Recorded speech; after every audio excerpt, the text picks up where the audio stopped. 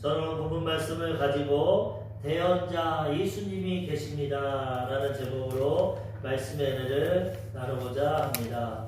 사람이 인생을 살아갈 때 혼자 산다는 건 참 힘든 일입니다. 우리는 부족하고 연약하고 한계가 있기 때문에 누구의 도움을 받고 도움을 주고 함께 살아가야지 혼자 살아가는 건 정말 힘든 일입니다.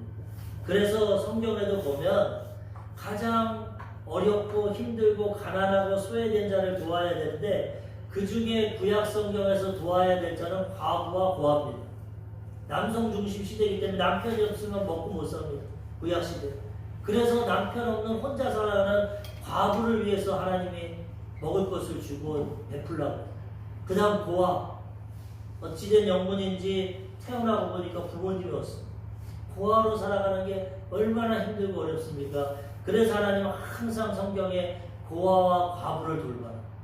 그들을 도와주라고 말하고 있습니다. 하나님은 우리가 혼자 살아갈 수 없는 걸 아시기 때문에 우리에게 가족과 이웃과 친척과 우리에게 동반자, 동역자 이런 사람들을 주셔서 때로는 위로를 받고 도움을 받고 때로는 도움을 주고 이렇게 함께 살아갈 수 있도록 우리에게 이러한 주변의 사람들을 허락해 주셨습니다. 아멘. 창세기 2장 18절에 보니까 여호와 하나님이 이르시되 사람이 혼자 사는 것이 좋지 아니하니 내가 그를 위하여 돕는 배필을 지으리라 하시니라. 처음에는 아담만 지어놓으셨는데 아무리 물질이 많고 에덴 동산 모든 것이 가득했습니다. 기쁨이 넘치고 부족함이 환경적으로는 없었는데 하나님 보시니까 혼자 사는 게 좋지. 아담이 혼자 동물들 이름 지어주고 살긴 하지만 혼자 사는 게 좋지 않아요. 그를 도와줘야 되고 그와 함께 교제할 배우자가 필요한데 하나님이 아담에게 물어보지도 아니하시고 하나님은 좋은 걸 주시기 때문에 아담을 재우시고 그에게 필요한 돕는 배필 하와를 창조해 주신 것입니다. 우리 인생에도 하나님이 우리에게 이렇게 좋은 만남의 축복을 허락해 주셔서 우리가 그들과 함께 살아갈 수 있도록 은혜를 베풀어 주신다는 것. 아멘. 또 일도 마찬가지입니다. 우리가 일하는 것 혼자 못합니다. 교회도 아무리 목사가 능력이 있고 기도 많이 하고 신령해도 혼자 할 수 없어요. 세상 일도 혼자 할 수 있는 사람 없어요. 대통령도 혼자 못해요. 다 각자의 맡은 바 일에 따라 크고 작든지 힘을 합치고 함께 해야 일을 할 수 있는 거지 혼자서 독불장군은 없습니다. 출애굽한 위대한 지도자 모세가 아침부터 저녁까지 재판을 합니다. 그 많은 이스라엘 백성들 200만원에서 300만원이 되는 그 백성들 인간관계 살다 보니 부딪히고 얼마나 문제가 많겠습니까? 지도자인 모세가 아침부터 저녁까지 재판을 해도 다 못합니다. 그것을 그의 장인어른인 이드로가 보고 모세야 너 이렇게 하면은 얼마 못 간다. 네가 체력이 있고 한계가 있는데 어떻게 매일매일 아침부터 저녁까지 네가 재판 다 하냐. 그렇게 하지 말고 내 말을 들어라. 사람들 중에서 지혜롭고 하나님을 경외하고 똑바로 올바른 된 자들 그들 가운데서 1000구장, 100구장, 59장, 19장을 뽑아서 편안한 간단한 재판은 그들에게 맡겨라. 그리고 아주 어렵고 힘든 재판은 네가 판결을 해라. 그래가지고 이 문제를 해결하라. 그렇게 하니까 너무나도 수월해. 1000구장이 있고 100구장이 있고 59장 각자 지도자들이 있어서 간단한 일들은 그들이 다 해결하고 진짜 어려운 거는 모세가 와서 해결해 줘. 이러니까 일이 잘 해결되었다는 것이죠. 우리는 인생 살아갈 때 이와 같이 우리와 함께할 동반자들이 필요하고 같이 일할 동역자들이 필요하고 이런 좋은 만남이 있으면 우리가 인생을 더 기쁘고 평안한 가운데 살아가게 된다는 것입니다. 교회에도 좋은 성도들과 함께하면 힘이 나는 것입니다. 아무리 목사가 잘났고 목사가 뛰어나다 해도 혼자서 여기 떠들면 뭐하겠어요. 기도를 많이 하고 성경을 다 통달하고 외국 유학을 갔다 오고 학위와 모든 지식을 가져도 목사 혼자 여기서 떠들면 누가 하나님은 맞으시겠지만 무슨 유익이. 우리 성도님들이 이렇게 오셔서 자리를 채워주고 말씀을 들어주시고 아멘 하니까 우리가 동역이 돼서 이 교회가 이끌어지죠. 아무도 없고 저 혼자 와가지고 여기서 아무리 목소리 떠들고 해서 유익이 없다. 사람은 함께 교회도 함께 가정도 함께, 인생도 함께, 직장도 함께, 사람과 함께 할 때 하나님이 큰 은혜를 허락해 주신다는 거예요. 하나님은 이렇게 우리에게 고아와 같이, 과부와 같이 혼자 살아가지 않도록 도와주시고 때로는 고아와 과부도 될 수 있어요. 그렇지만 하나님이 함께 해주시는 거고, 그것뿐만 아니라 거기에 또 우리를 도와주실 수 있는 대언자 예수님을 보내주셨다는 거예요. 인간관계도 중요하지만 인간관계는 항상 말씀드리지만 한계가 있어요. 내 마음 아는 사람 아무도 없어. 나를 낳아주시고 길러주신 부모님도 내 마음 몰라. 내 속으로 낳은 자식들 마음도 내가 몰라. 아무리 우리가 협력하고 함께하지만 사람에게는 실망하고 상처받고 한계가 있어요. 그래서 하나님은 사람과 함께만 살아가지 않고 보혜사, 성령, 대언자 예수님을 보내주셔서 하나님이 우리와 함께 주신다는 거예요. 인간관계도 중요하지만 그거보다 뛰어난 하나님이 우리와 함께 해주셔서 우리의 인생길을 도와주신다는 거죠. 요한일서 2장 1절에 보니까 오늘 본 말씀, 나의 사랑하는 나의 자녀들아, 내가 이것을 너희에게 쓰면 너희로 죄를 범하지 않게 하려 함이라. 만일 누가 죄를 범하여도 아버지 앞에서 우리에게 대언하는 자가 있으니 곧 의로우신 예수 그리스도시라. 아멘. 우리가 이렇게 하나님 은혜 가운데 살아가지만, 예수 믿고 구원받았지만 죄의 문제를 해결 못하면 항상 말하는 거예요. 예배 드리고 나가면 또 죄성에 생각을 하고 말을 하고 힘들어. 죄에서 천국 가야 해방됩니다. 그렇기 때문에 우리가 만일 이렇게 죄를 범하고 연약해도 우리로서는 이 죄의 문제를 해결하지 못하지만 대언자 예수님이, 의로우신 예수님을 보좌 앞에서 우리를 대언해 주신다는 거예요. 항상 제가 말씀드리지만 저도 목사지만 인간의 육신을 먹고 육신을 입고 마음이 있기 때문에 죄를 짓습니다. 그때마다 예수님이 대언자가 되셔서 하나님, 이만주 목사가 연약해서 이런 죄를 졌지만 내가 그 죄를 위해서 십자가에서 죽음으로 갚아줬습니다. 오늘도 이만주 목사를 용서해 주시옵소서. 그럼 하나님이 그래, 너의 그 십자가 공로로 보혈을 통해 내가 이만주 목사를 용서한다. 우리는 대언자 예수님을 통해서 혹여나 죄를 짓기 싫지만 원죄와 자범죄가 있어서 죄를 짓고 넘어질 때 대언자 의로우신 예수님이 일평생 우리의 죄를 갚아주시고 대언해주시고 함께 주신다. 그래서 우리는 날마다 기뻐하고 죄 가운데 회개하고 감사하고 회복되게 되는 것입니다. 또 예수님 대언자뿐만 아니라 우리 영 안에, 우리 속 안에 보혜사 성령, 크리스마스 때 우리가 말씀드렸지만 임마누엘, 하나님이 함께 하시는 성령 하나님의 예수님 믿고 고백할 때 우리 안에 오셔서 세상 끝날까지 우리를 지켜보해 주신다는 요한복음 14장 16절과 26절에 보면은 내가 아버지께 구하겠으니 그가 또 다른 보혜사를 너희에게 주사 영원토록 너희와 함께 있게 하리니 보혜사 곧 아버지께서 내 이름으로 보내실 성령, 그가 너희에게 모든 것을 가르치시고 내가 너희에게 말한 모든 것을 생각나게 하리라.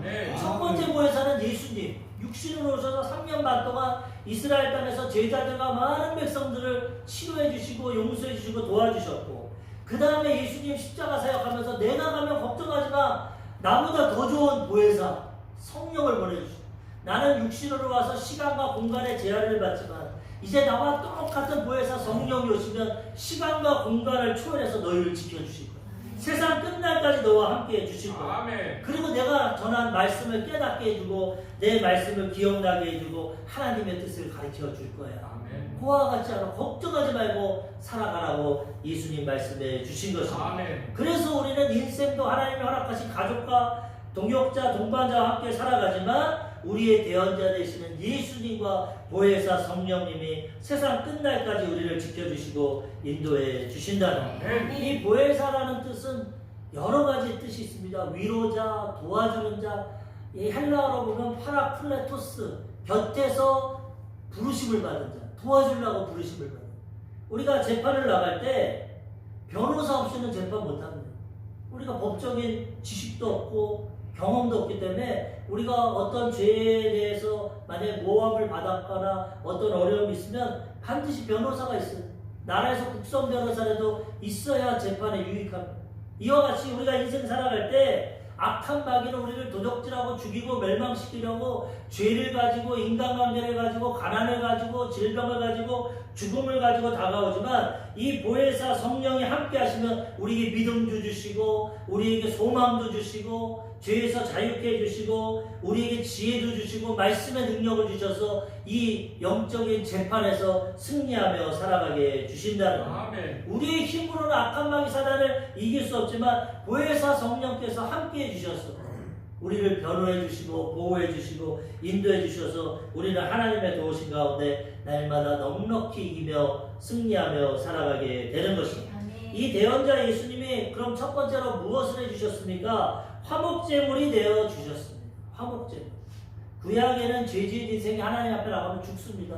죄졌기 때문에. 그래서 하나님은 어떤 방법을 만들었냐? 짐승을 잡아 죽입니다. 아담과가 죄를 져서 하나님의 영광이 떠나가고 벌거벗게 부끄럽게 됐어요. 자기의 의를 통해서 무화과 나무 잎으로 자기의 벌거벗은 모습을 감춥니다. 근데 햇빛이 나고 빛이 비치니까 무화과 나무 그것이 말라버립니다. 떨어져버립니다. 또 내 벌거벗은 수치가 드러나요. 하나님께서 죄 없는 짐승을 잡아서 가죽옷을 입혀줍니다. 예수님을 의미합니다. 우리는 날마다 우리 죄성이 드러납니다. 하나님 없는 인생은 원죄와 작업자 가운데 죄 가운데 부끄럽고 추한 인생인데 어린 양 예수님을 잡아서 죄 없는 예수님을 죽이심으로 그의 가죽을 우리에게 덮어주셨어요. 예수님의 의로 덮어주셔서 우리는 우리의 부끄러움이 가려지는 것입니다.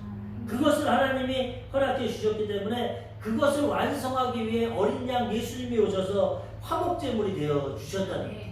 구약의 화목제물은 뭐냐? 죄 때문에 하나님과 원수가 돼서 하나님 죄를 미워하십니다. 죄 지은 인생은 불쌍히 여기시지만 죄는 미워하십니다. 그래서 죄를 지어서 하나님과 원수가 됐는데 구약시대에는 짐승이, 신약시대에는 완전하신 하나님이신 예수님이 화목제물이 되어 주셨어요. 우리의 죄를 위해서 죽어주심으로 이제 하나님과 우리 사이를 화목시켜 주시는 것입니다. 항상 말씀드리지만 예수님을 통해서 보혈을 통해서는 언제나 깨끗게 되어서 하나님 앞에 담대히 나아가게 하시고 하나님도 예수님을 통해서 우리를 바라보심으로 죄를 한 번도 짓지 않은 의로로 우리를 영접해 주신다는 예수님 때문에 용서받고 화목제물의 역할을 해주심으로 언제든지 하나님 앞에 담대히 나아가게 되는 것입니다. 오늘 본문 말씀 요한일서 2장 2절 그는 우리 죄를 위한 화목제물이니 우리만 위할 뿐 아니요 온 세상의 죄를 위하심이라. 예수님이 온 세상의 죄를 한 번도 안 지신 분이 세상의 죄를 다 끌어안고 십자가에서 죽음으로 갚으셨어요. 이제는 온 세상이 예수님만 믿으면 예수님 안에만 들어가면 화목제물 예수님 때문에 아버지와 화목하게 되는 것입니다. 죄에서 해방되고 하나님을 아빠 아버지라 부르고 살아가게 되는 것입니다. 로마서 3장 25절입니다. 이 예수를 하나님이 그의 피로써 믿음으로 말미암는 화목제물로 세우셨으니 이는 하나님께서 길이 참으시는 중에 전에 지은 죄를 간과하심으로 자기의 의로우심을 나타내려 하심이니. 말이 어려운데 하나님이 예수님을 화목제물로 세우셔서 우리의 죄를 간과하시니 넘어가 버리시니 우리 죄를 잊어버리시니. 성경에 보면 우리가 회개하고 예수님 믿으면 우리의 죄를 기억하지도 않습니다. 우리의 죄를 깊은 바다에 던져버립니다. 예수님 때문에 넘어가심으로 간과하심으로 우리의 죄는 용서받고 예수님을 통해서 하나님과 화목하게 된다는 것입니다. 요한일서 4장 10절입니다. 사랑은 여기 있으니 우리가 하나님을 사랑한 것이 아니요 하나님이 우리를 사랑하사 우리 죄를 속하기 위하여 화목제물로 그 아들을 보내셨음이라. 아멘. 하나님의 사랑이요. 우리가 죄인 되었을 때 우리를 사랑하시고 구원하시려고 하나님의 아들 예수님을 화목제물로 보내주셨다. 얼마나 그 대가가 큽니까? 십자가에서 죄 없으신 예수님이 몸짓고 피 흘리고 물과 피를 다 쏟고 옆구리에 창이 찔리고 손과 대물에 발에 대못이 박히고 6시간 동안 십자가에 매달 그 죄의 대가를 예수님이 다 치러주심으로 이제는 하나님과 화목하게 주셨다. 아멘. 우리는 이 은혜와 사랑을 깨닫고 우리 대언자 예수님께 날마다 감사하고 찬양하고 오늘처럼 구원하심이 하나님께 있어. 하나님과 우리 어린 양께 있어. 영광 돌리며 살아가야 된다는 것입니다. 노인과 재판장이라는 어떤 이야기가 있습니다. 뉴욕에서 어떤 노인이 하도 배가 고파서 빵을 훔쳤습니다. 직결 재판에 회부되었습니다. 재판관이 보니까 남루한 옷을 입고 빼짝 마르고 배고픈 노인이 빵을 훔쳤다고 잡혀왔습니다. 그래서 재판관이니까 그래도 재판을 합니다. 어르신 어쩌다가 빵을 훔치셨습니까? 노인이 고개를 숙이고 너무 배가 고파서 빵을 훔쳤어요. 돈도 없고 먹을 게 없고 도와주는 사람이 없어 너무 배가 고파서 내가 빵을 훔쳤어. 아, 그러셨습니까? 알겠습니다. 그래도 죄는 죄입니다. 빵을 훔친 거는 절도죄입니다. 그러니 제가 벌금 10불을 매기겠습니다. 그래서 재판은 공의롭게 도적질한 죄에 대해서 10불의 형벌을 내립니다. 그 다음에 재판장이 나와서 그 많은 사람들 앞에 말합니다. 저는 뉴욕에서 살면서 이 재판관으로서 돈 많이 벌고 잘 먹고 잘 살았습니다. 나는 배부르고 좋은 음식 이렇게 많이 먹었는데 이렇게 배고프고 어려운 분이 있는지 몰랐어. 나 회개합니다. 내가 입은 죄를 짓겠습니다. 내가 죄인입니다. 그러면서 내가 이 벌금은 대신 내겠습니다. 자기 지갑에서 10불을 꺼내서 벌금을 냅니다. 그리고 그 앉은 회중 사람들에게 만약에 여기 앉으신 분들 중에 이분에게 이런 저와 같은 마음이 있다면 당신들도 벌금을 좀 내십시오. 모자를 돌렸어요. 사람들이 감동을 받고 지갑에서 돈을 꺼냈어요. 다 모으니까 47불입니다. 그 47불을 모금해서 노인에게 줍니다. 어르신의 죄는 이제 갚여졌습니다. 이거 얼마 안 되지만 이걸로 빵을 사드십시오. 노인이 눈물을 두고 그것을 받았다는 하나의 그냥 단편적인 얘기지만 하나님과 우리의 관계입니다. 하나님 우리 죄를 져서 우리는 아무것도 할 수 없고 재판받아야 되는데 하나님이 공의로우셔서 재판을 하십니다. 너희 죄는 사형, 죄를 범하였으니 선악과를 먹은즉 죽으리라. 죄의 대가는 사망입니다. 사형. 근데 우리를 안 죽이시고 하나님이신 예수님이 이 땅에 내려와서 대신 죽으셨어요.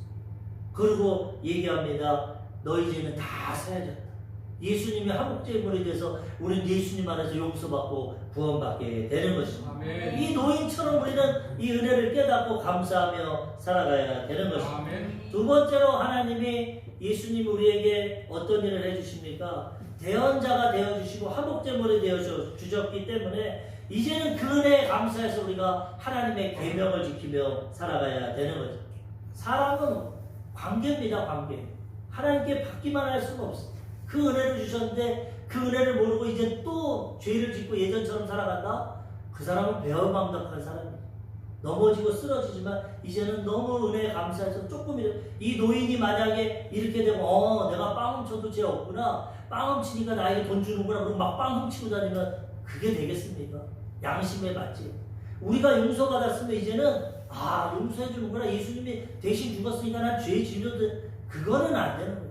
이제는 하나님의 사랑을 알고 조금이나마 완전할 수 없지만 하나님 기뻐하시는 계명을 지키며 살아가야 된다는 거예요. 그 은혜를 깨달아서 나 같은 죄인 구원해 주셨다.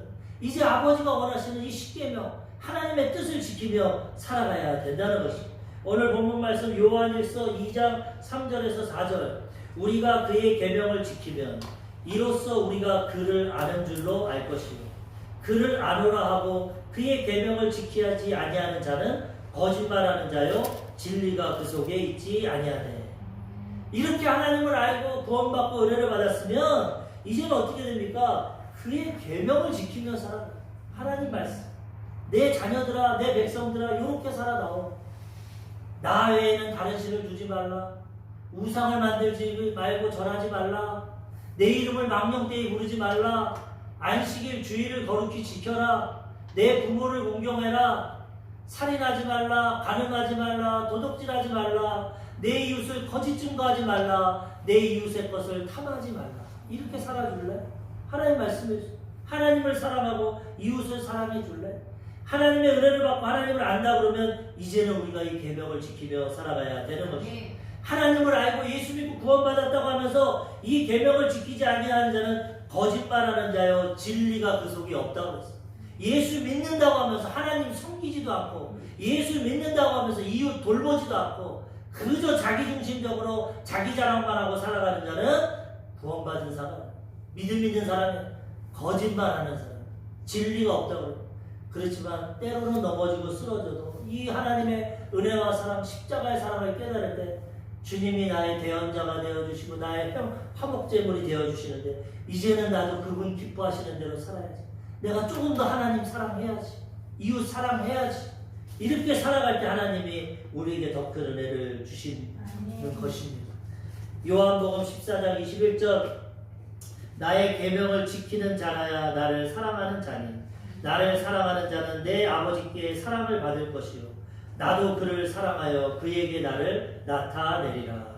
이 은혜를 깨닫고 하나님 말씀대로 살아가면 하나님을 사랑한다는 건 증명이 되고 하나님 우리를 사랑하시고 예수님도 우리를 사랑해서 우리에게 나타내 주시고 기도하면 응답해 주시고 간구하면 위로해 주시고 꿈에서 나타나서 비전을 보여주시고 예수님이 함께해 주심으로 우리에게 역사해 주십니다. 그래서 우리는 하나님을 사랑한다는 증거로 완전할 수는 없고 100% 지키지 못하지만 계명을 지키며 열심히 하나님을 섬기며 살아가야 된다는 것입니다.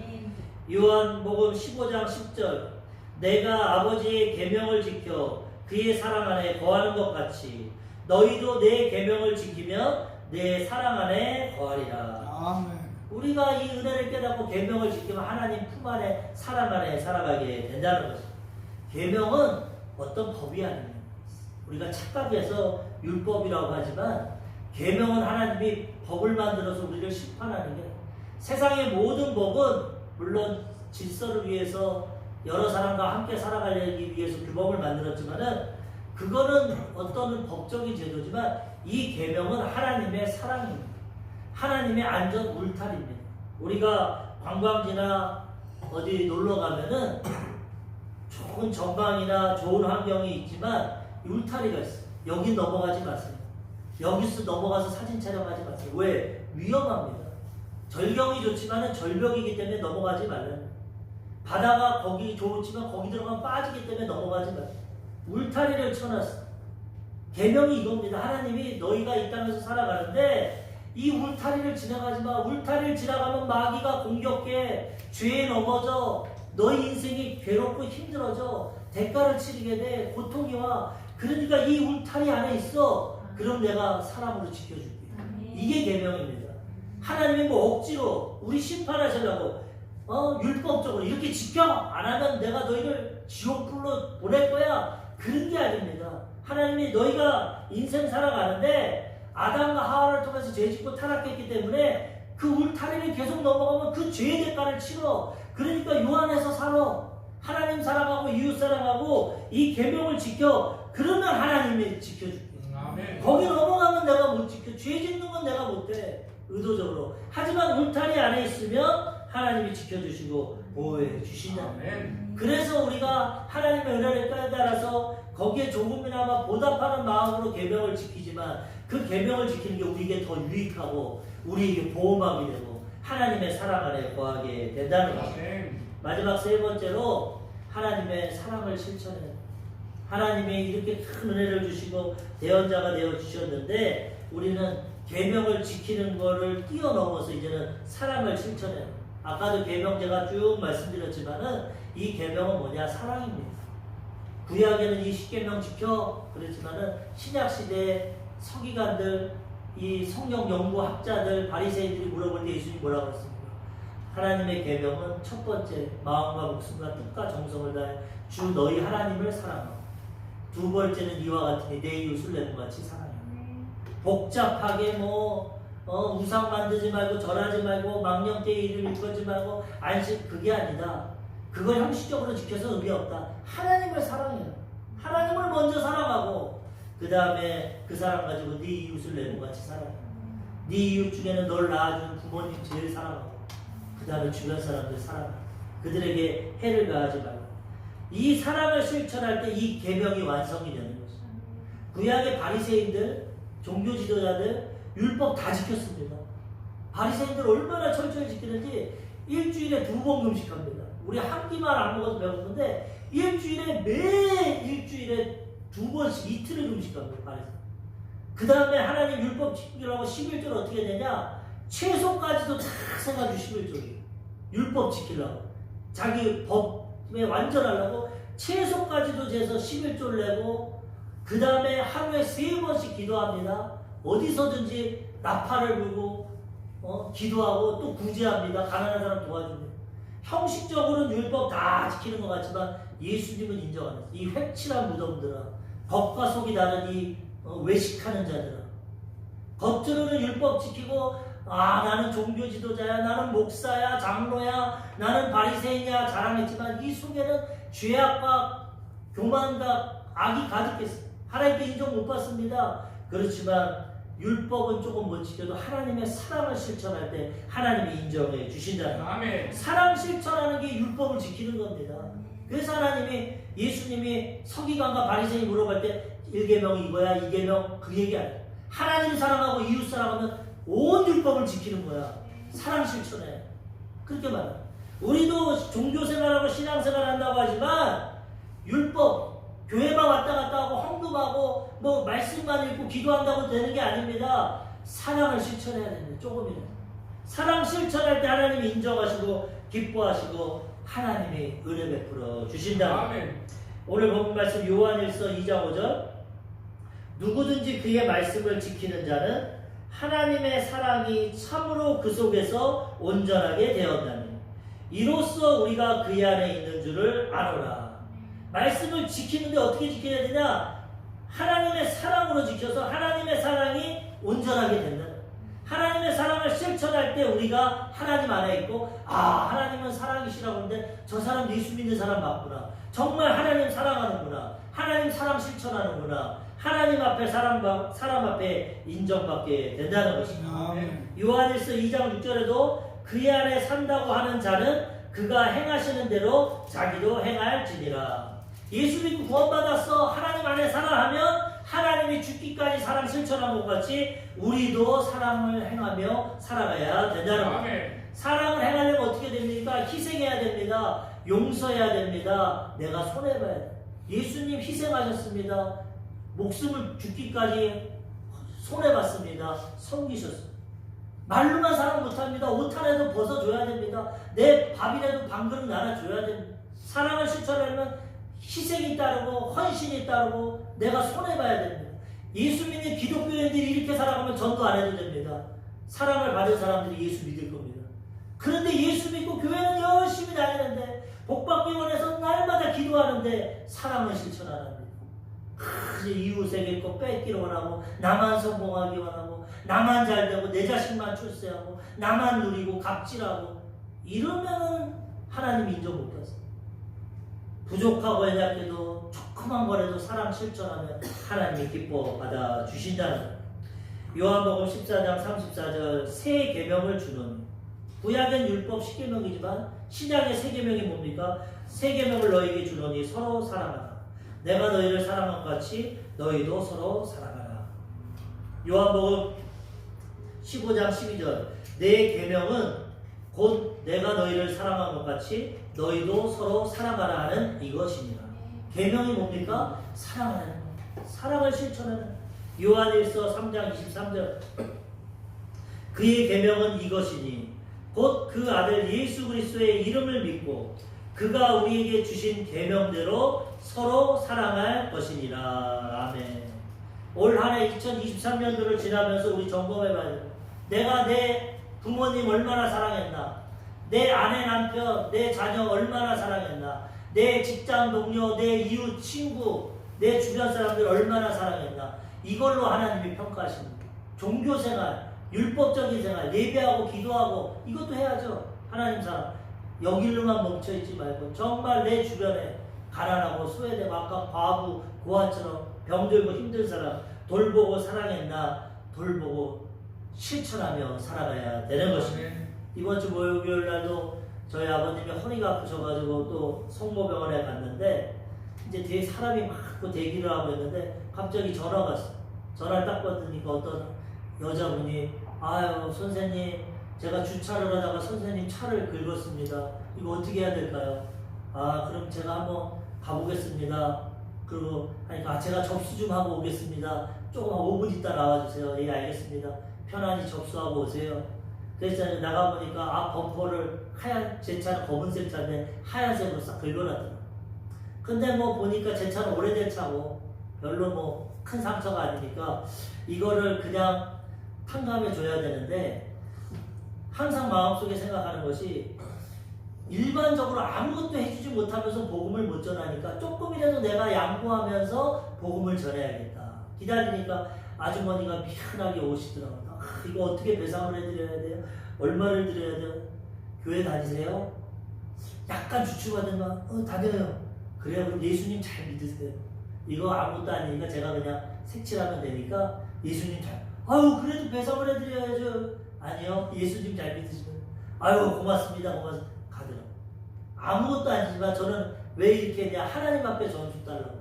하나님 나 부족하고 연약하지만 요 조그만 것도 내가 희생하고 내가 손해보고 하나님 사랑 전해요. 하나님 복음 전해요.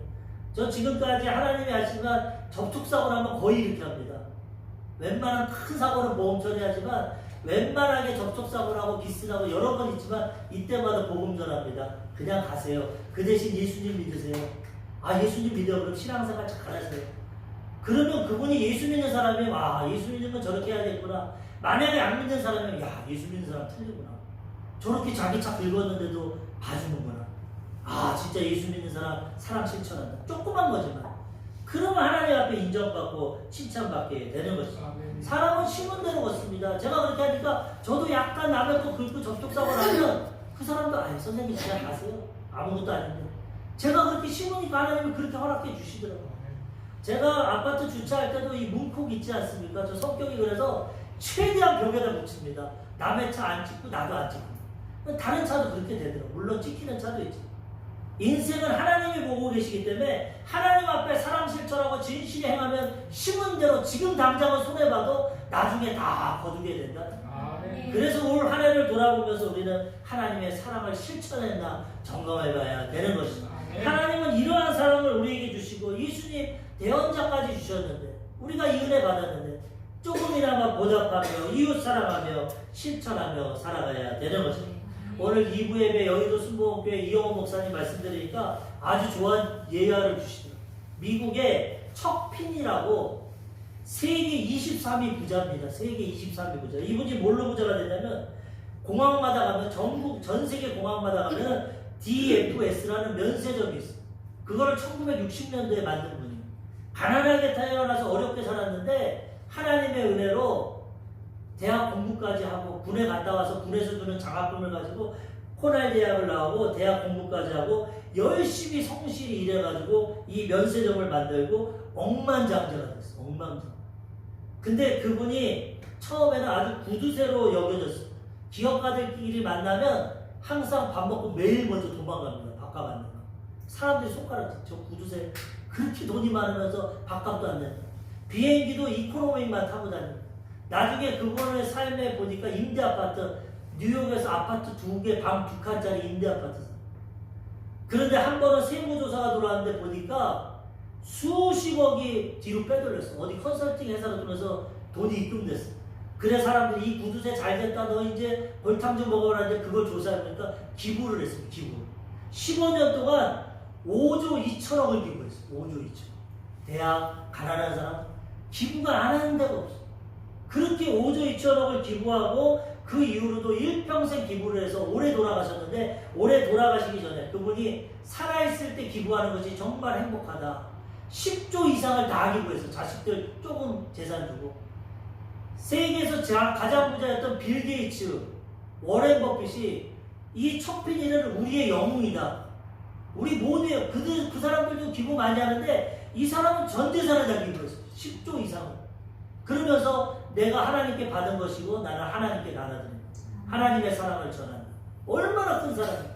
얼마나 하나님께 칭찬받겠어. 우리도 이렇게 이웃을 사랑하고 섬기며 살아가야 되는 것입니다.